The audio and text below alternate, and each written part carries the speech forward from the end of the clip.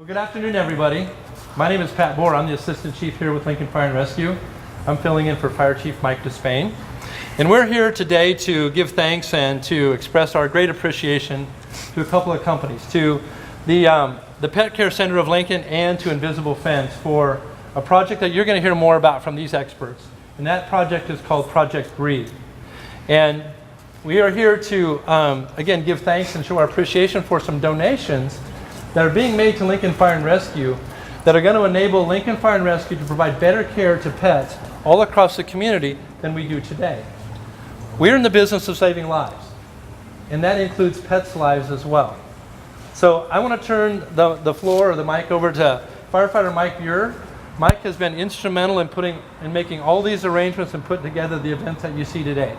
So I want to turn it over to Mike. Go ahead, Mike. All right. Well, this all started a few months ago. We had it seems like a rush of animal rescues.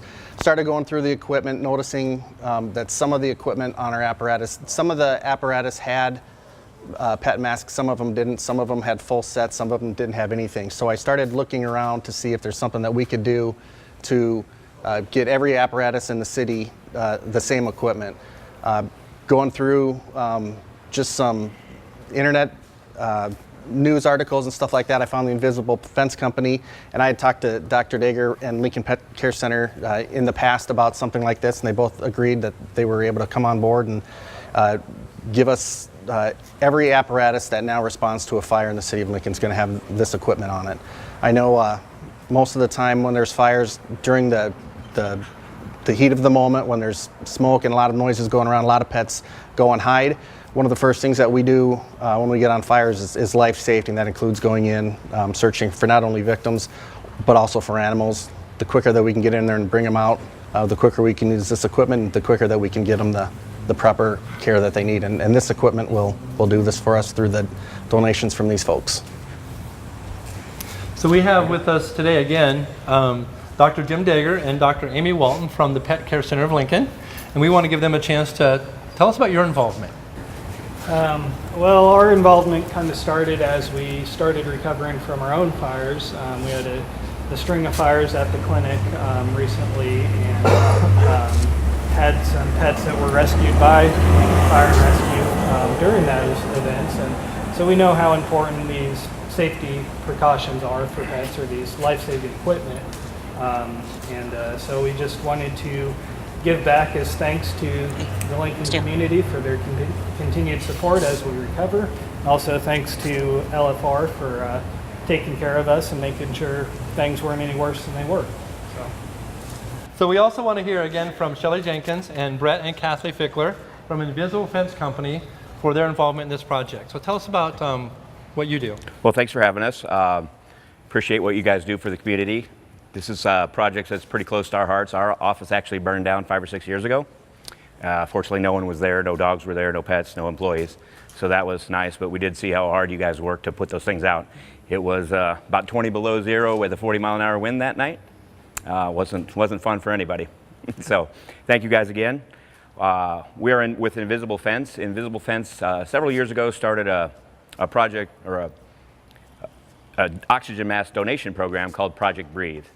To date, we've donated just over 12,000 oxygen mask kits around the United States and Canada.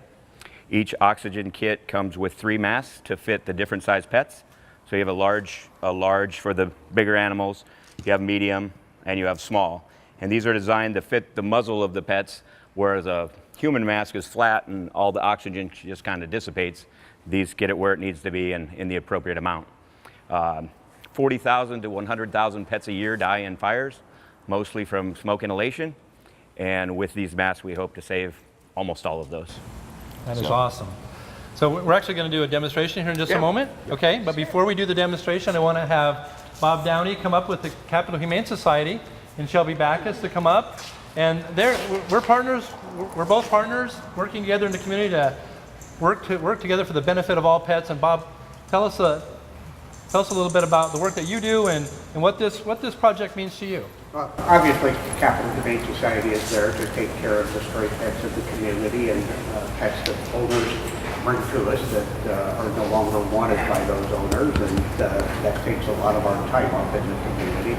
But I think this is very important to the community of Lincoln, and I think we're very fortunate to have Lincoln Fire and Rescue interested in helping pets as well as human beings when these fires take place. And I think we've all heard the stories of the many human beings that Lincoln Fire and Rescue has saved over many years in Lincoln, Nebraska.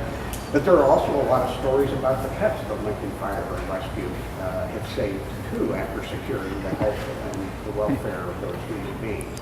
And I think it's wonderful that Pet Care Center and Invisible Fence brand are doing this in cooperation with each other to further the abilities of Lincoln Fire and Rescue. And I think Lincoln, Nebraska should be grateful to all of them.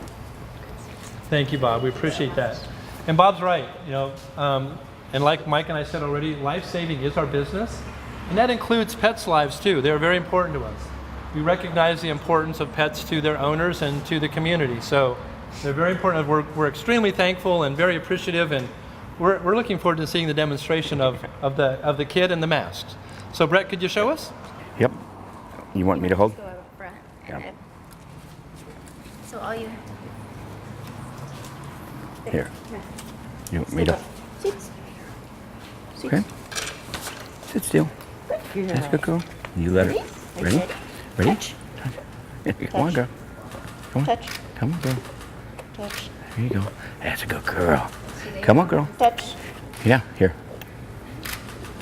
She says, give me my snack. Yeah, that's right. I did that 100 times. Should we do it again? Can you sit? Can you sit, girl?